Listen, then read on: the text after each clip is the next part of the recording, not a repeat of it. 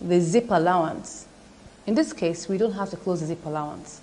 All we need to do is, first of all, mark out where our zip allowance would be. Remember I told you that with this waistline, we have already incorporated like 2 to 3 inches of zip allowance. So I'm going to measure that out first. Now when you're placing your tape rule at the edge of a curved line like this, you have to ensure that your tape rule rests inside.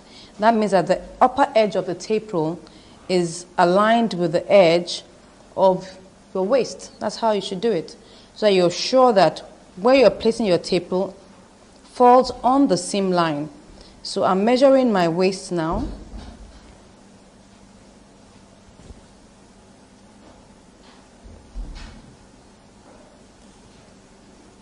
You can see that I'm measuring it along the line.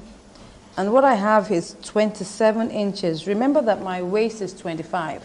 So if I subtract 25 from 27, I get 2 inches. If I divide that into 2, I have 1 inch zip allowance on both sides. So I'm going to start by marking the points of my zip allowance.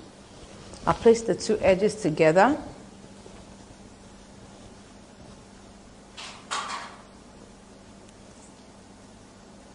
And mark 1 inch.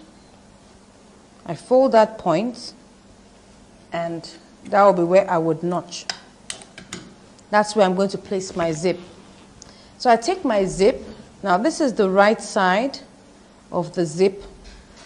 Now when you're done with fixing it, it will look like it's just a seam line. That's how it looks like for an invisible zip. This is the right side. The right side is not really visible, but the wrong side is visible. You can see that. So this is the wrong side. So I'll now mark out the point where I want the zip to stop on the wrong side. I take out my tape rule and measure the length.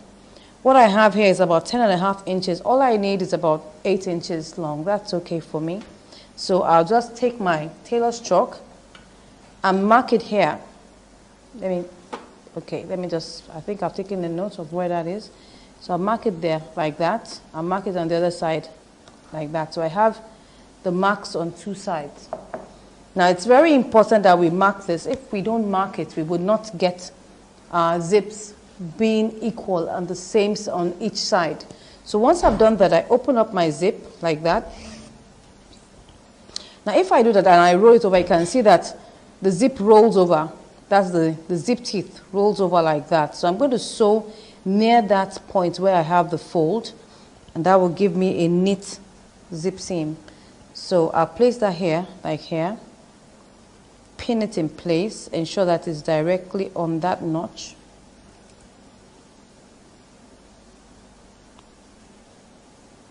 So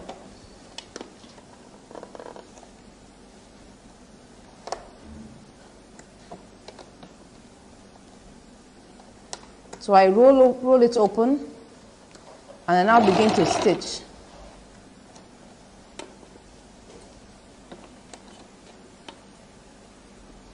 I ensure that I roll it open and stitch.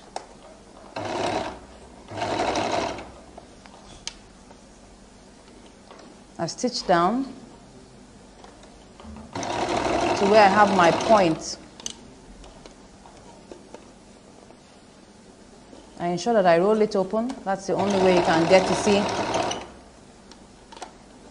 You can actually use an invisible zipper foot to sew it if you're using a straight sewing machine, or even on your zigzag or electric machine, you can still use an invisible zipper foot. It's there. But because this is a wider, foot, it's easier for it to just press it open flat. That's why I'm not using the invisible zipper foot for it. So once I'm done with that, I zip it up like that.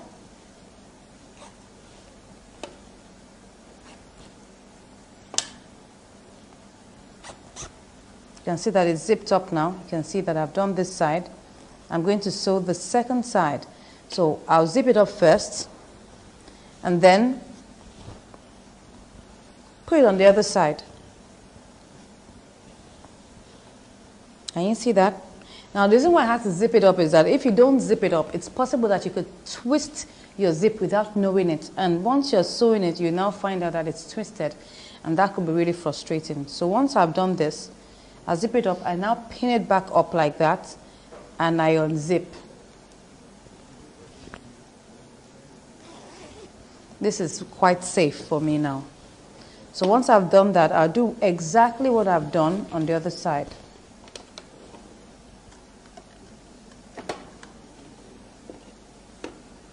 I roll it open and I now begin to stitch.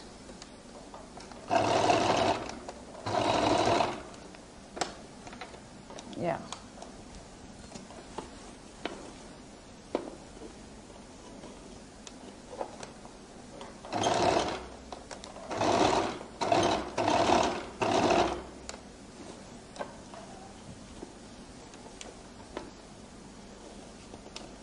I roll it open and I now begin to stitch.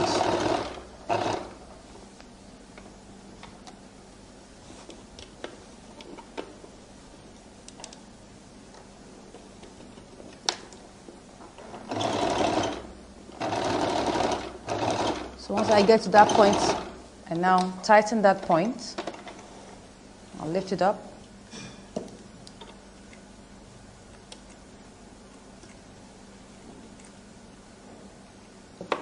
Now, what I'll do now will be to zip it up completely. Now, let me show you how it looks like. Now, you can see that it looks like it's a seam. You don't really see the zip. That's why it's so nice to use an invisible zip, because that's why it's called invisible zip. It's meant to be invisible. So this is how it looks like. So next thing for me now would be to join this open edge here. So we turn it back. I pin these two together.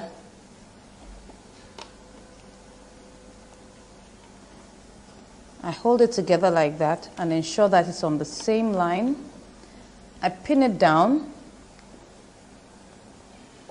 And I just sew like about an inch and a half upwards, just to secure that point there.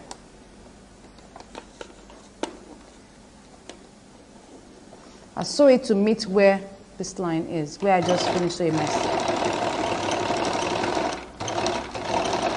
If you don't sew it from the bottom now up, I just gave it like about 2 or 3 inches. If I don't sew it this way, if I want to start from here all the way down, I'll find that I'll have a little space, and you will see that peeping out from the zip side. So it's better to start from just about 2 inches upwards, and then afterwards I now finish up my zip allowance. Now, as I'm just doing now.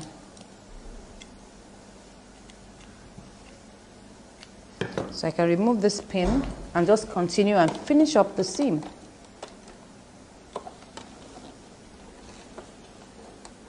Now it's easier for me to just finish it all the way to the end now.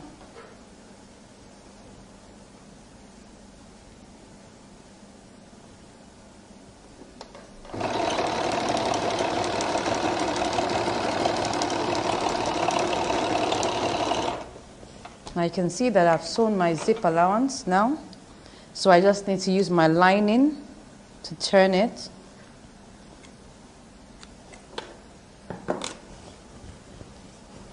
Now this is how it looks like now. Practically done with the skirt. I just now take my lining. This is my lining. Now I have sewn 8 inches of zip. So that means all I need to do is mark out 8 inches on my zip on my lining and sew down. I need to leave that space. I'm sure you remember how we did our skirt, so it shouldn't give you any hassles. So I'll just mark that out.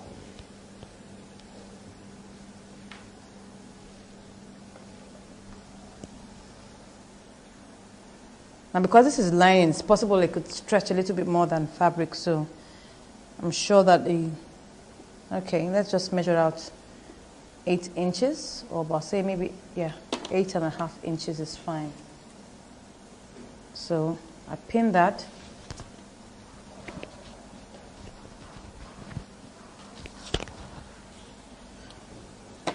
And I'll sew here.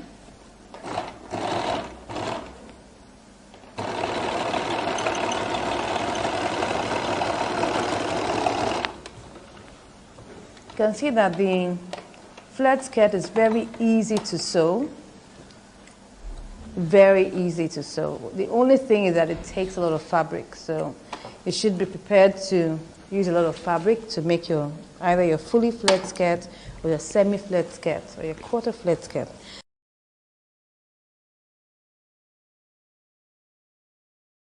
So now I'm going to place this directly on my skirt like this.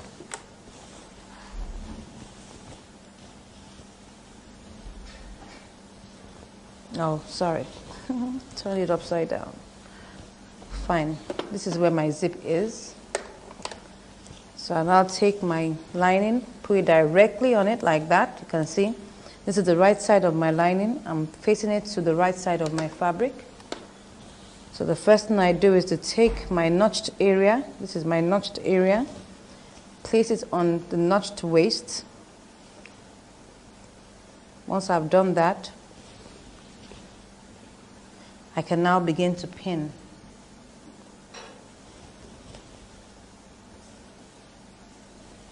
So I begin to pin. I'll unzip my zip now so that I can create some room to turn it over the zip. So it's pretty much the same way we did our 6-piece skirts, how we turned it over.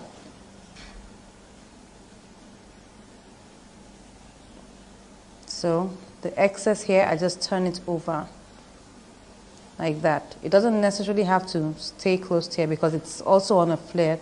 So I'll just allow it to just drop gently like that.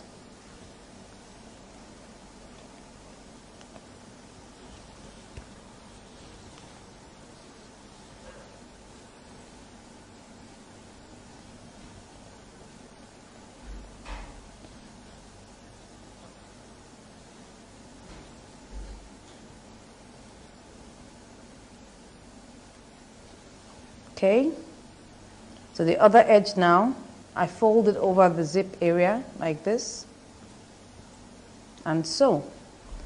So I'm going to sew my seam allowance.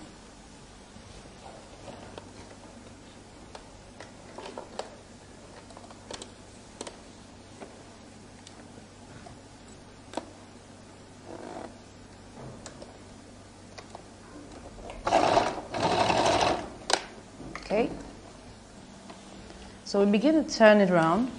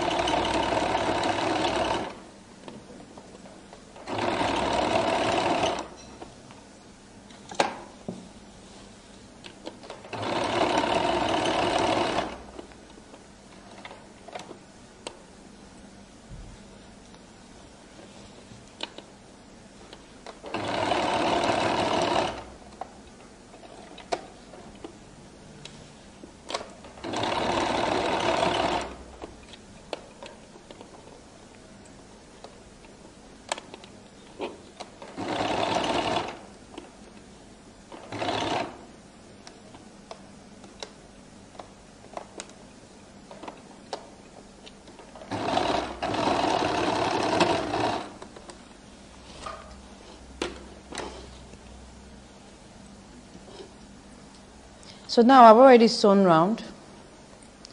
I'll now begin to notch all the way round. Remember that this is a waistline, so we just have to notch all the way around. Remove the excess or the bulk at that point because that will help you turn around properly.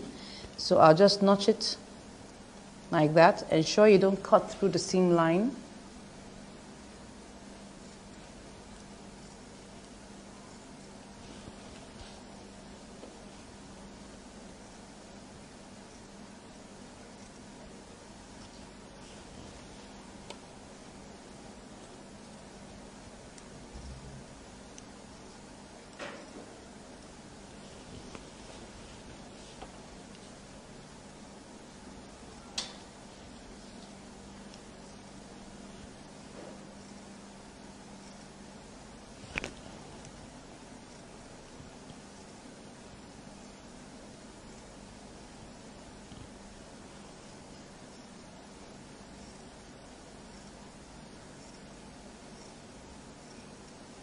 So we'll cut off the excess here too. So all we just now do now would be to top stitch it. So we're going to top stitch it on the lining. And I'm going to turn this to the wrong side. This will help me top stitch it well.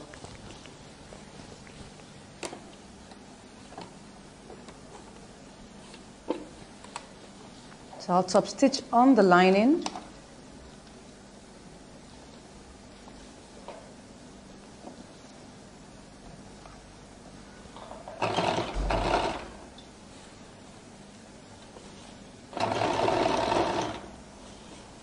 So just follow it like that, the edge.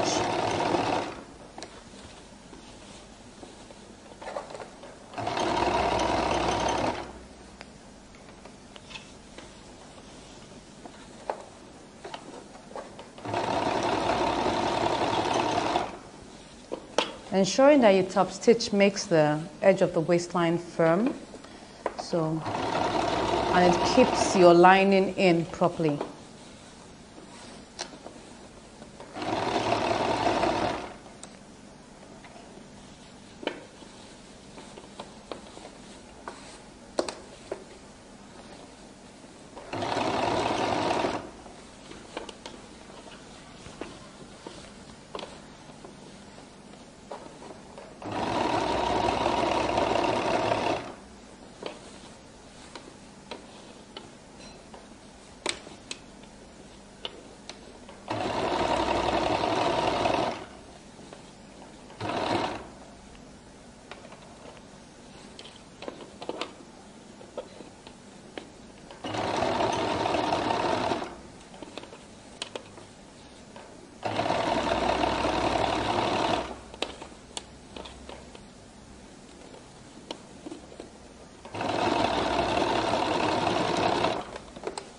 So we've top stitched on the lining now.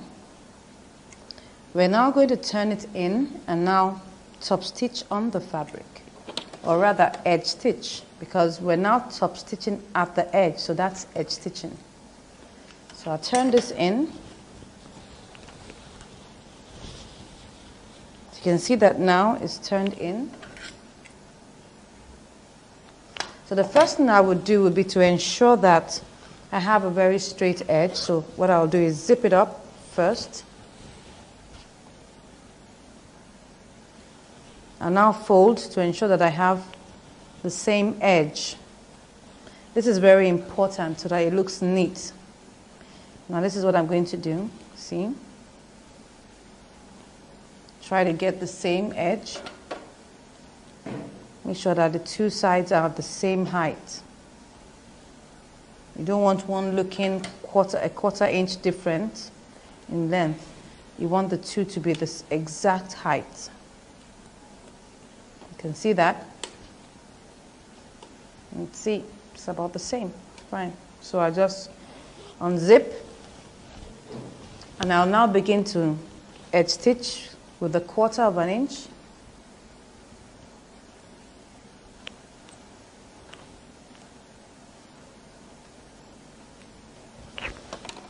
You can see that we're actually done with our skirt. It's so easy to make. Good. So I now begin a top stitch, 1/4 of an inch round the waist.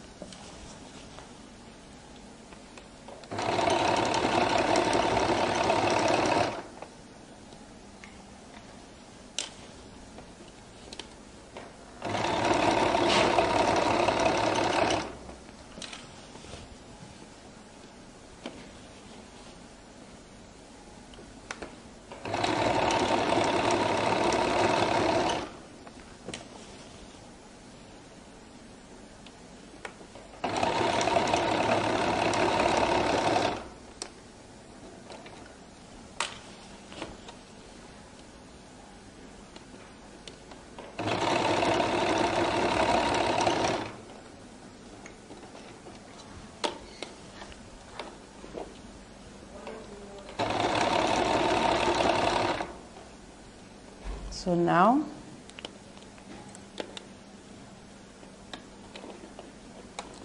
I'll finish that up.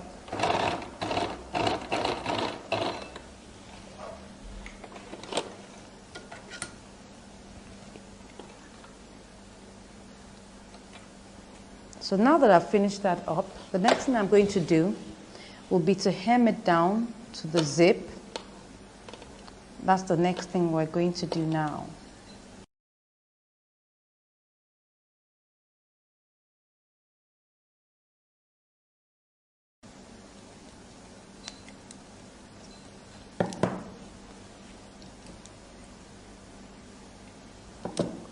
Let's turn it to the wrong side and pin it together.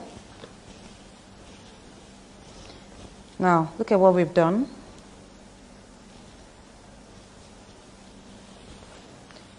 We're going to pin this down to our zip.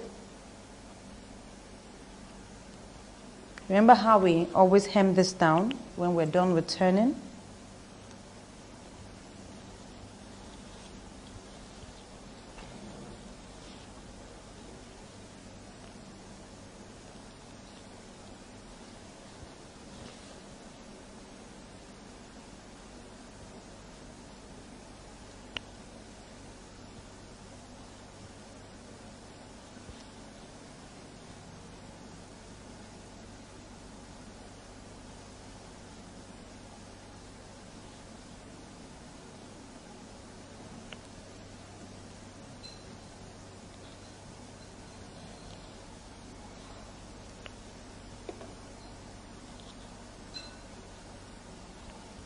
So let's pick our needle and begin to hem.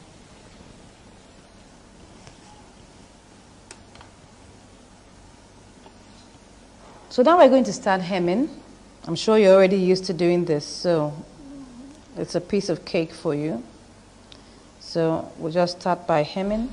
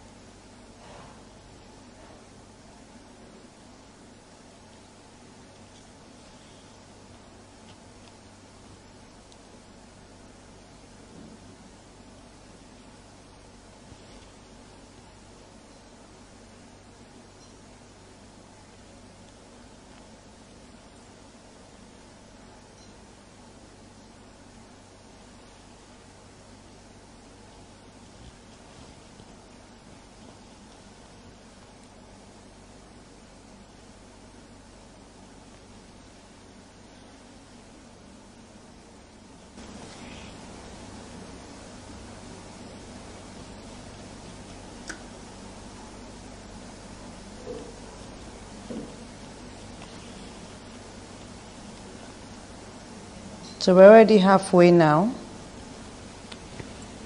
Yeah.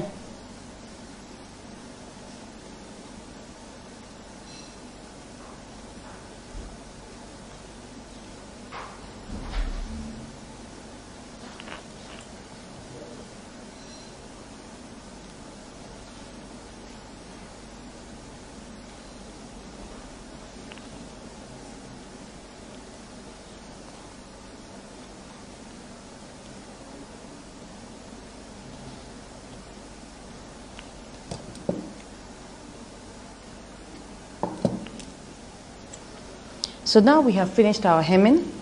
So we'll now go to the ironing board, press it, and then try it on our mannequin. So we're going to start ironing by pressing open our zip allowance so that you have a flat seam there.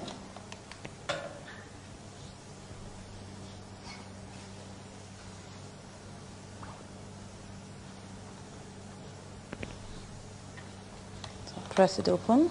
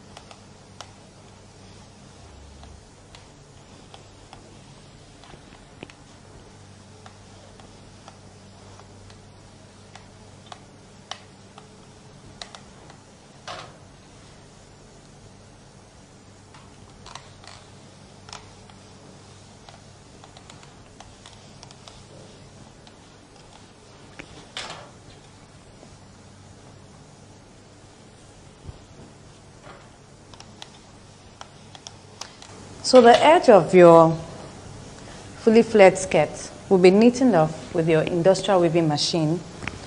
Your teachers will show you how to do that. Your instructors will show you how to do that. So now we've already ironed our fully flared skirt. So let's go and try it out on our mannequin. You can see that we've already completed our fully flared skirt. It just took us like about 30 minutes to make. It's so easy.